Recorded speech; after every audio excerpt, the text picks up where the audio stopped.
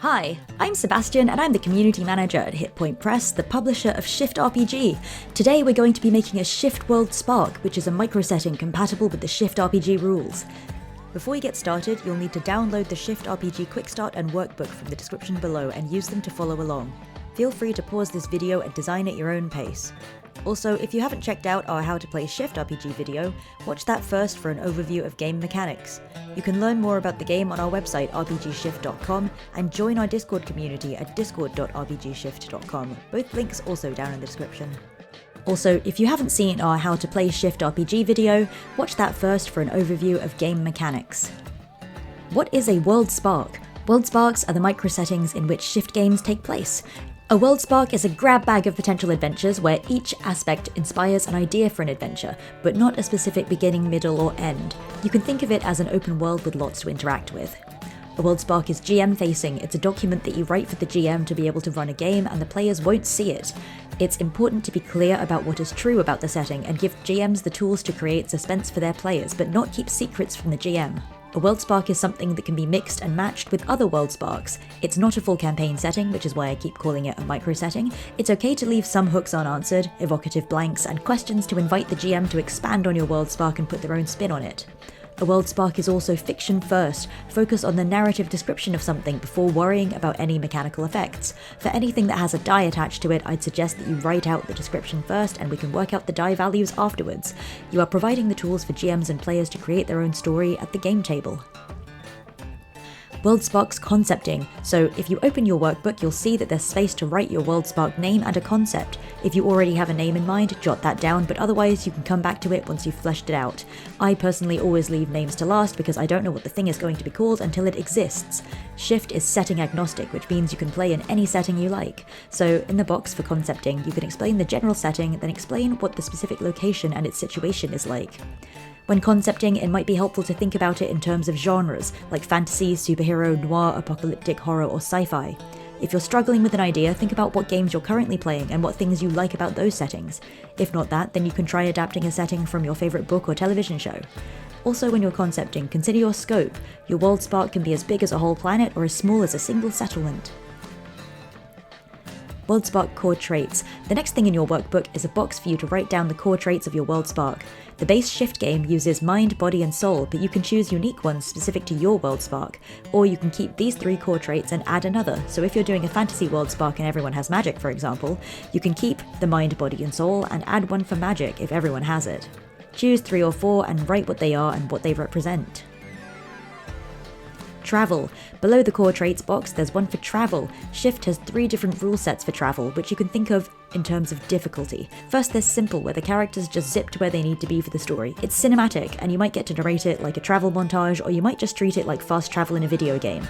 Second, there's standard, where traveling requires some resources and there is a fair distance between safe places. Travel is involved, and there might be challenges along the way. Third, challenging is the most difficult rule set and there are not many safe places.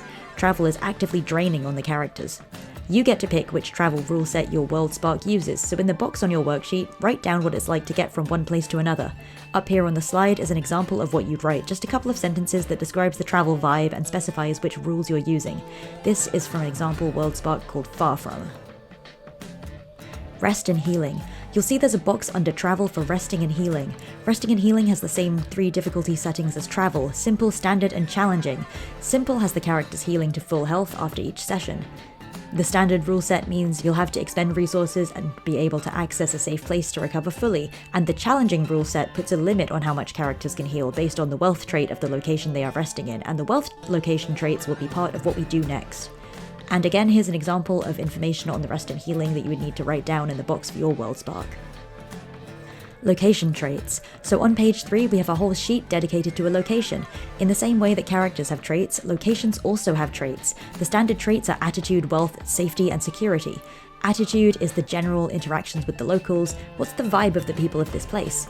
Wealth is the cost of living and the cost of goods. Safety and security is how well defended the place is. And there's also one for a setting-specific trait. You can see in this example that we have supernatural occurrences, because this is a classic fantasy World Spark with necromancers in it. A space station might have a weaponry trait, a cyberpunk city might have a network trait, things like that. This example is from a location called Biggleston in Far From. There's room in your workbook for 3 base location traits and 1 more if you want a special one for your world spark. Assign a die to each trait, a d4 at most and a d10 at worst. The minimum needed are the 3 first ones, the attitude, wealth, safety and security, and anything else is specific to your location. There's space here for a unique location trait. This Biggleston one has supernatural activity because it's a classic fantasy setting with necromancers. Landmarks. On page 4 you'll see that there's room for a few landmarks. These are key sources of story within the location. Safe locations should be interesting places to lay low and rest, and they should provide a drive to go to the unsafe places. Each landmark is 1 paragraph that details the history, current state, and problems with the landmark. Maybe the landmark is full of monsters, or has been recently changed in some way, or there are plans to change it, or maybe there are weird tech or supernatural or magic phenomena happening around the landmark. Make notes of the things that make the location interesting and interactable. The example here is the old well, which is marked as unsafe. Each landmark has to be marked as safe or unsafe depending on how the characters can rest there. Your world spark should have more unsafe landmarks than safe ones to keep things interesting, and the description should include both why it's dangerous to go there, but also why it's worth the risk. Important NPCs. These are people who can be found in your world spark. Page 5 of your workbook gives space for these. They should be a selection of different people that the characters can meet. They shouldn't include the big bad or villains, those will go into Adversaries when we get to designing those later. You should include their names, pronouns, 1 paragraph each, and details about their appearance and job, and mannerisms that a GM can pick up on when role-playing them. Give a description of how they move, speak, and any habits that the GM can embody while playing them. They all need a motivation.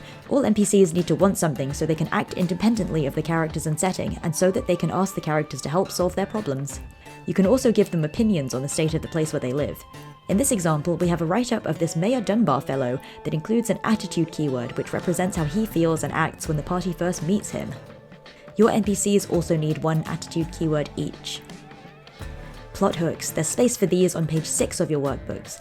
They should offer 3 distinct ways to get the characters involved in the story and reasons for them to explore and play around in the world spark.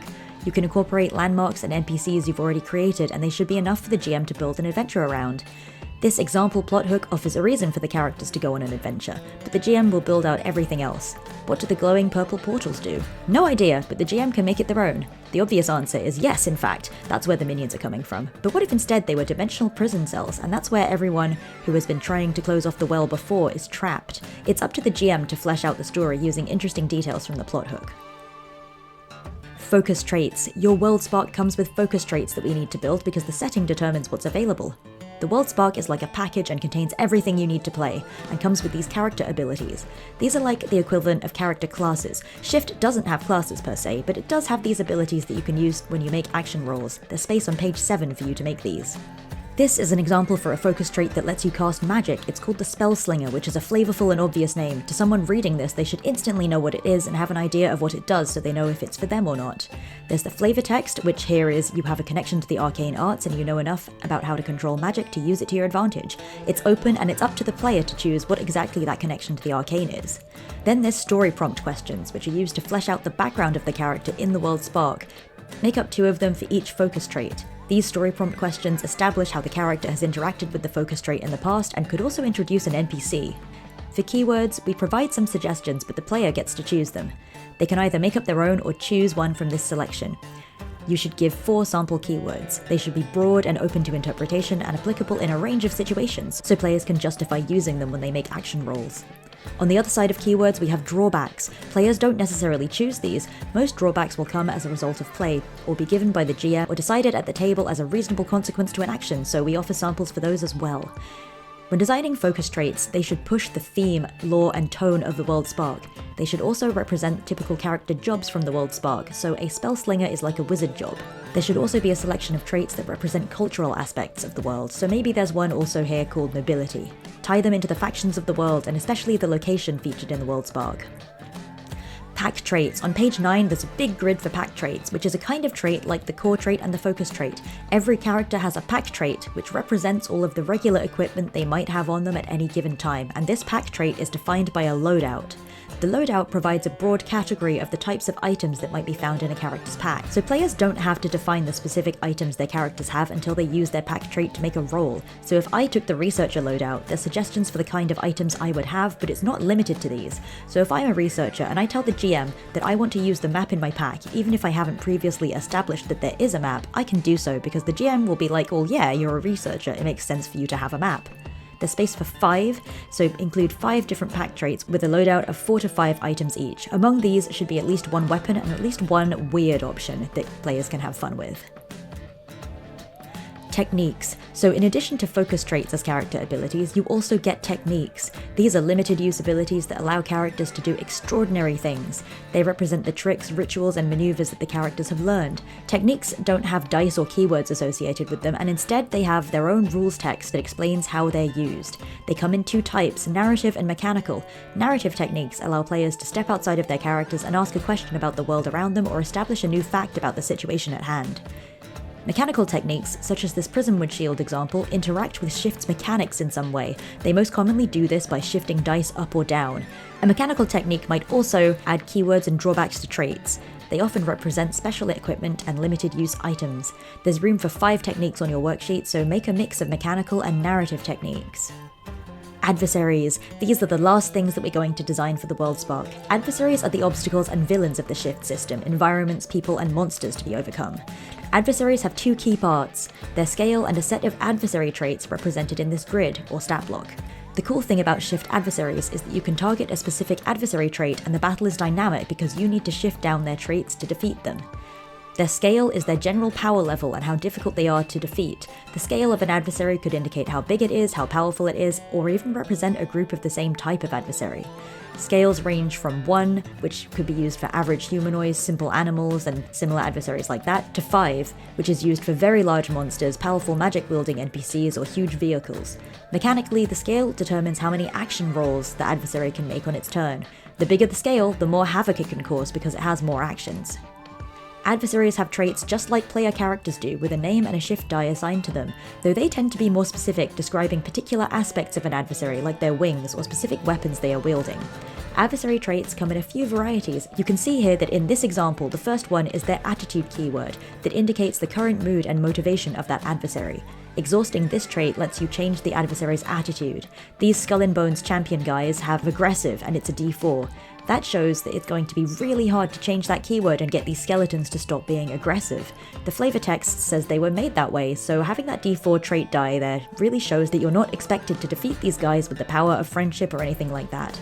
Their other traits set them apart from other grunts. Their built for battle trait is interesting because it speaks to their battle tactics, so the GM can describe them forming a line or setting up a move for their leader or blocking an entrance, and the players can find a clever way to disrupt that strategy. Shifting down this trait adds that dynamic piece to this adversary because you can see the impact of the character's actions on the adversary, and the GM might be able to describe them getting confused or not being able to form neat ranks like they did at the start of the fight. For the heavy weapon trait, that D6 is on the upper end of difficult to shift down, and maybe I could make it my goal to disarm or break that weapon. It would take a few tries to do it, depending on how my action rolls go. You can also indicate the strengths and weaknesses of the trait in the text, like this hefty crossbow example. It's a D8, so it's the easiest of their traits to shift down. The cool thing is that you can target specific traits, so when I exhaust that crossbow trait, they can't use that weapon anymore. If I'm fighting a dragon and it has wings, I can make it my goal to exhaust its flight trait. So I'd try to cut its wings off, and when that trait is exhausted, well, it can't fly anymore. When you're making these adversaries, there's room for 5 on your sheet. They should be related and build on each other. Maybe you have a leader and minions, or an army of soldiers with a mix of roles. These Skull and Bone champions make reference to other grunts, and these guys are the strategists filling a specific role in the squad. Also consider ways to overcome the adversary. Some can be in a physical fight, like how the heavy weapon trait was definitely designed with physicality in mind, but you can also overcome adversaries by social interaction and some with clever thinking. Congratulations, you created a Shift Worldspark! Join us online and use our feedback form to tell us what you thought of this video. You'll also find these links in the Shift RPG Quick Start, which you can get in the description down below. Join our Discord and mailing list to stay up to date with the latest Shift developments. We'd love to hear about the Worldspark that you made here today, so join the Discord and share your microsetting in the Shift Worldsparks channel. Thank you for watching this video.